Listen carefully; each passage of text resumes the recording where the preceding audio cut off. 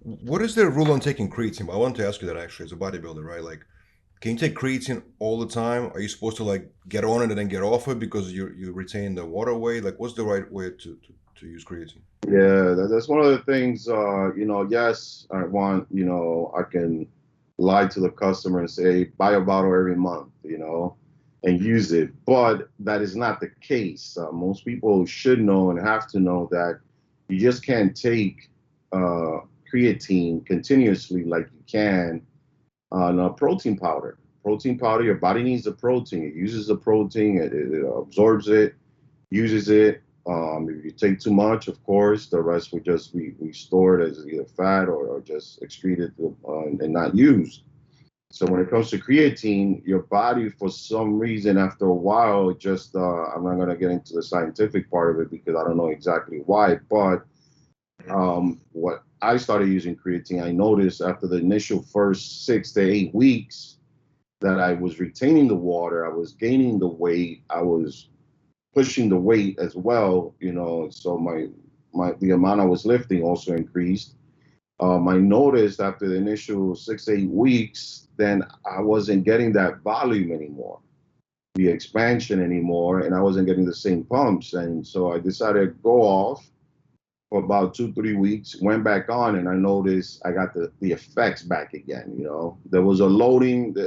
I think with the first creatine, there was a moment that you had to load. Instead of doing 5 grams, you start with like 10 grams, and then you streamline and stay with 5 grams throughout the entire time that you are, using it within those 2 month period. So you got to cycle it. You got to cycle creatine, right? Yeah, you have to cycle it. You have to cycle it. You have to let your body is very smart. It adapts to anything.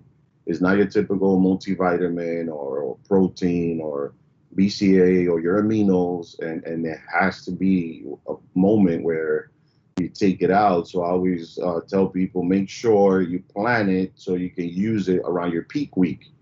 I have used it many times for many shows to hold water on purpose, so that way when I get close to contest, so pre-contest, I would use it up until 2 weeks out and then drop it. And then you can see kind of that film of extra water just being dropped. And now the other part, obviously, you're still drinking about a gallon to 2 gallons of water before a show. Now you start playing with your water intake and then you drop more water, which is the best way, safest way to drop a ton of water without using diuretics. People think, how it is. You see what's been going on with the whole diuretic issue. People are ODing on it. They count on diuretic to drop the water. They forget. They just drink more water, do a creatine, force your body to hold that water, and then basically on its own, your body would just drop that water. So creatine is definitely one of those cycled supplements, unlike anything else. So what would be the rule you think? 6 weeks on, 2 weeks off, roughly? Is that the approach? I say I always tell people, listen, just do it for that 1 month. Push it to a month and a half max.